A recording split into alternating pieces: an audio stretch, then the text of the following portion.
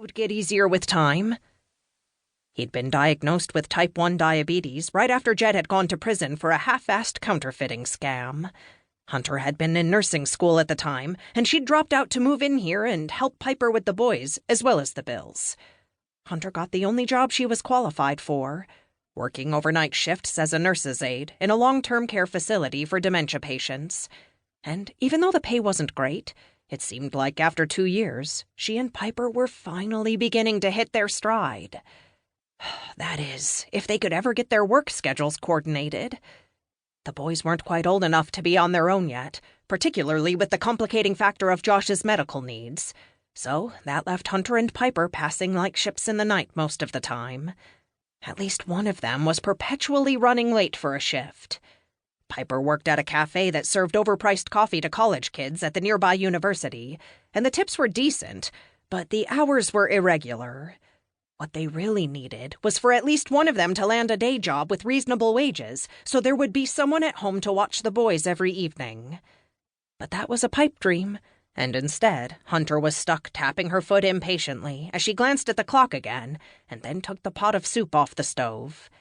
It was 20 minutes to 6, and she would definitely be late again tonight.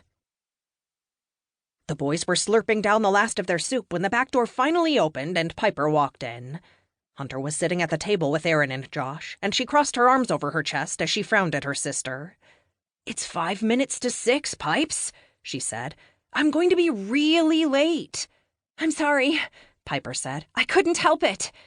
She sounded out of breath, and as she took off her jacket and threw it over the back of a dining chair, Hunter noticed that her cheeks were splotchy red.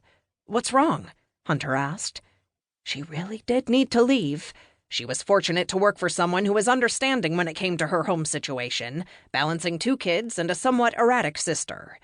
But over the last 2 years, Hunter had leaned on her boss's good nature a lot, and there would come a day when her kindness ran out.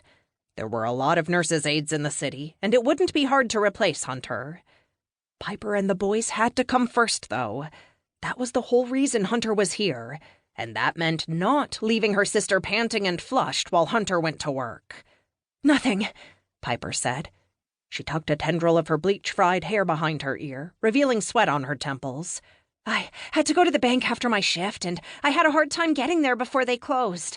I ran all the way from the bus stop back to the house so you could get to work." "Is everything okay at the bank?" Hunter asked, glancing at the boys. In her life, things were very rarely okay when it came to money, but she and Piper did their best not to talk about that stuff in front of Aaron and Josh. Especially Josh, who was the worrying type. Aaron was a bit older, used to seeing the adults in his life struggle, and he took for granted the fact that they always figured things out. The bills always got paid, and he always had a roof over his head, which was more than Piper and Hunter could say for their own childhoods. That's why it was all the more important that the boys should never need to worry about the state of their finances. "It's just that scumbag in the mortgage department," Piper grumbled, trying to sound unfazed. "You know how he loves to make our lives difficult." "Are you still going to be able to buy my football equipment?" Aaron asked.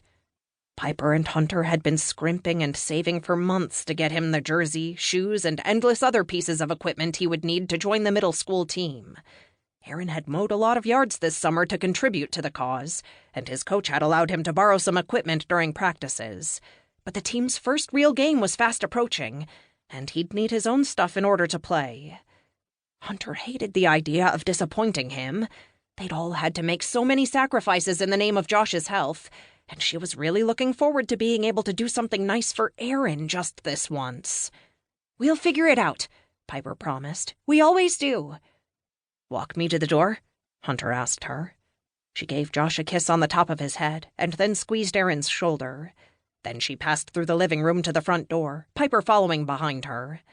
They stepped into the tiny foyer, which was mostly just a 3-foot square coat storage space, and Piper pulled the door shut. Then Hunter asked, "Are we short on the mortgage?"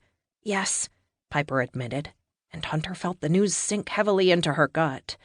She and her sister had never been more than a paycheck or 2 away from broke, but it had been a while since they were in crisis mode. It was nice while it lasted, she thought.